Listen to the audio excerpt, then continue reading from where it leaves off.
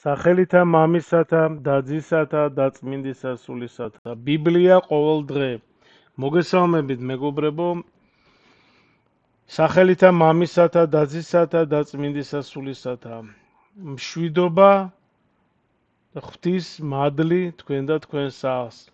დღევანდელი თემა, დღეს ჩვენ ვისაუბრებთ ლოცვის შესახებ, წმინდა თეოფანე დაყუდებულის სიტყვა. მეგობრებო, ლოცვა ქრისტიანის უპირველესი მოვალეობაა. თუკი ჩვეულებრივ მოვლენებთან მიმართებაში სწორია გამოთქმა, თქვათ, სწავლა სიკვდილამდეო, მაშ მით უფრო კარგად, თქვათ, ესადაგება იგი ლოცვას, რომელიც განუწყვეტლივ უნდა მოქმედებდეს და რომლის ხარისხსაც საზღვარი არ გააჩნია. აი მაგონდება წმინდა მამათა ერთი ბრძნული ჩვეულება, რომლის მიხედვითაც შეხვედრისა და მისალმების შემდეგ ისინი ჯანმრთელობის ან რაიმე სხვა საკითხის შესახებ როდი ეკითხებოდნენ ერთმანეთს, მას კი არ ეუბნებოდნენ და ეკითხებოდნენ ერთმანეთს, არამედ სწორედ ლოცვის შესახებ. როგორ მიდის ლოცვა, თქვათ, როგორ მიდის ლოცვის საქმე და როგორ მოქმედებს იგი, კითხულობდნენ ისინი. ამე თუ ლოცვის მოქმედება მათთვის სულიერი სიცოცხლის ნიშანი იყო, რომელსაც ისინი სულის სუნთქვას უწოდებენ. ხო, ზოგი მამებიც ამბობს, რომ ჩვენ როდესაც ლოცულობთ, თვით უფალს ვეჩუჩულებით, ხო? ანუ როცა სუნთქვა არის სხეულში, იგი ცოცხალია, ხო? ხოლო სუნთქვის შეწყვეტით სიცოცხლეც წყდება. სულიც ასევეა. თუ კი მოქმედებს ლოცვა, ის ცოცხლობს. და თუ ლოცვა არ არის, სულშიც არ არის სიცოცხლე. მაგრამ ყოველი სახის ლოცვა, როდია ლოცვა. ხატის წინ დგომა შინ თუ ტაძარში და მეტანიების აღსრულება ჯერ კიდევ არ არის ლოცვა. არამედ ლოცვის კუთვნილი მოქმედებაა.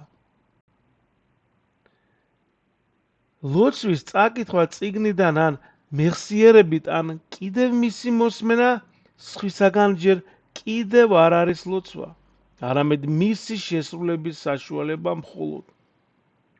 ჭეშმარიტი ლოცვა ეს ჩვენს გულში ერთი მეორეს მომდევნო კეთილგზალული გრძნობების აღზრა ღვთისადმი, მეგობრებო.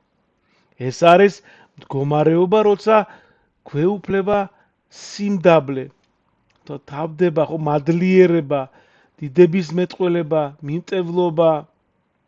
მიმტევებლობა, გულის შემუსრილება, ღვთის ნებისადმი მორჩილება და ასე შემდეგ. ამიტომ მთელი ჩვენი ყურადღება იქით უნდა მივმართოთ, რომ ლოცვის აღვლენისას ეს და სხვა მსგავსი გრძნობები აღსებენ ჩვენ სულს და როცა ლოცვას ვკითხულობთ ან ვუსმენთ მას, სხეულით კი მეტანიებს ვასრულებთ. ვეცადოთ გული ცარიელი კი არ იყოს, არამედ მასში ღვთისაკენ მიმართული რაიმე გრძნობა ბინადრობდეს, ხო? თუ კი ამას შევძლებთ, მაშინ ჩვენს მიერ აღვლენილი ლოცვა ნამდვილი ლოცვა იქნება და თუ კი ვერ შევძლებთ, მაშინ ის ჯერ კიდევ არ იქნება ლოცვა. საერთოდ უნდა ითქვას, მეგობრებო, რომ ჩვენ ხშირად ვსაუბრობთ ამაზე, რომ უფალი არ უყურებს ჩვენს გარეგნობას, რა თქმა უნდა, გარეგნული მეტანია, მუხმუდრეკა, რა თქმა უნდა, აუცილებელია და კარგია სინანულისთვის, მაგრამ პირველ რიგში უფალი უყურებს ჩვენს გულს. ეს უნდა ვიცოდეთ. რა უნდა იყოს თითქოს უფრო მარტივი და ბუნებრივი ჩვენთვის ვიდრე ლოცვა, ანუ სწრაფვა გულისა ღვთისაკენ, ხო? მაგრამ ყველას ყოველთვის როდი გამოსდის იგი. საჭიროა ლოცვა, ჯერ აღძრად, შემდეგ კი გამარტოთ საკუთარ სულში, რაც იმას ნიშნავს, რომ აღზარდოთ მასში სული ლოცვისა, ხო?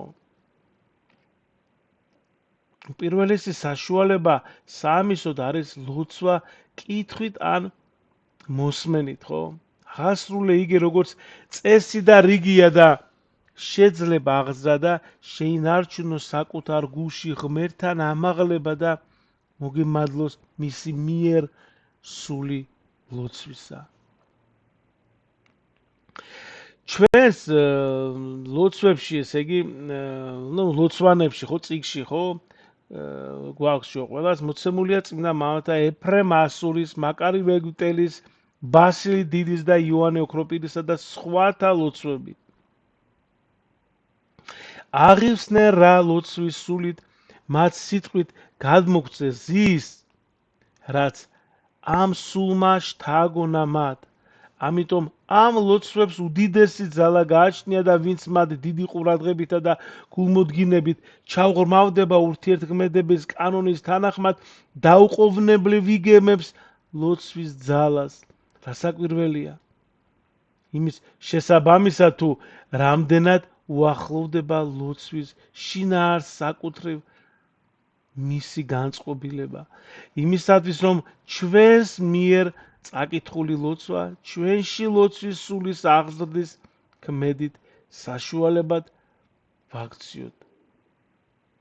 ისე უნდა აღვავლინოთ იგი რომ გულითაც და გონებითაც წდებოდეთ ლოცვის შინაარსს.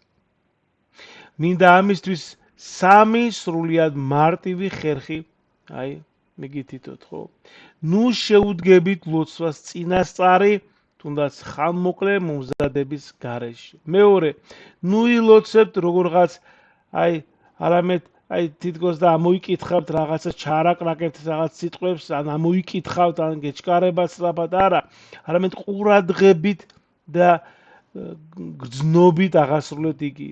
ყურადღება დაატანეთ თითოეულ სიტყვას, მეგობრებო. წარმოიდგინეთ, აი ჩვენ როდესაც ვინც ხართ ნაყოფი, ან თქვა მინისტრთან, ან პრეზიდენტთან, ან პრემიერ-მინისტრთან, ან იქ თანამდებობის პირთან ხო შესული და ესე იგი პირველად და ესე იგი ნერვიულობ რა თქვა, რამე ისე არ თქვა, ან როგორ მოვიქცე, ან დავდგე, ან რა ვილაპარაკო, ესე იგი პირი გირშრება, ესე იგი ნერვიულობ, ეხლა წარმოიდგინე და აქ ვისთან, ესე იგი გალაქტიკების ეს მეგა ვარსკვლავების მთელი სამყაროს შემოქმედთან ესაუბრებით გახარ და ესე იგი დგახარ ლოცულობ და ფიქრობ ჭამაზე და ფიქრობ გუში ხვალ რა გავაკეთო, ან იქ არასწორად გავაკეთე, ან იქ როგორ მოვიქცე, ან ესე იგი ლოცვის დროს კიდე რაღაცა თქვა ფიქრობ, როდის ჩამერიცხება ხელფასი, ან ის როგორ გადავიხადო. არა, ეს უფალი სახარებაში გვეუბნება რომ ეძიეთ პირველ ყოვლისა ცათა სასუფევლე და თქვენ ყველაფერი მოგეცემათო, რა ეს ყველაფერი მოგეცემათო. ანუ არ ეზრუნოთო, რა ჭამოთო, რა ჩავიცვათო, პირდაპირ ამბობს ქრისტე. ამიტომ ილოცეთ, აი ამ ერთ სიტყვაში, თუნდაც მოუკლებლად ილოცეთ, როგორც პაულე მოციქული გვეუბნება ჩვენ ხო თავის ეპისტოლეებში, უნდა მუდამ ჩვენ ვზივართ, გავართ, ჭამ, დავდივართ, ტრანსპორტში ვართ, დაწოლილი ვართ, ესე იგი წევართ, თუ რას ვაკეთებთ. თქვი გულში, უფალო იესო ქრისტე, შემიწყალე მე, დიდება შენ და უფალო, მადლობა ყველაფრისათვის. უფალო იესო ქრისტე, შემიწყალე. უფალო იესო ქრისტე, შემიწყალე მე. უფალო, შემიწყალე. აი ეს იმეორე მუდმივად, გამუდმებით უნდა ვილოცულობდეთ და თქვენ იგრძნობთ და ყველაფერი თავის რიგზე დადგება. ანუ ღმერთი ზრუნავს ყველასთვის, ხო, და ყველაზე, ხო? მეგობრებო, ღმერთმა მოგცეთ ლოცვის ძალა, ღმერთმა დაგლოცოთ და ღმერთმა გაგაძლიეროთ. მადლი უფლისა ჩვენისა იესო ქრისტესი და სიყვარული ღვთისა და მამისა და ზიარება სული საწმინდისა იყოს თქვენ ყოველთა თანა. ამინ. მადლობა. გაიხარეთ.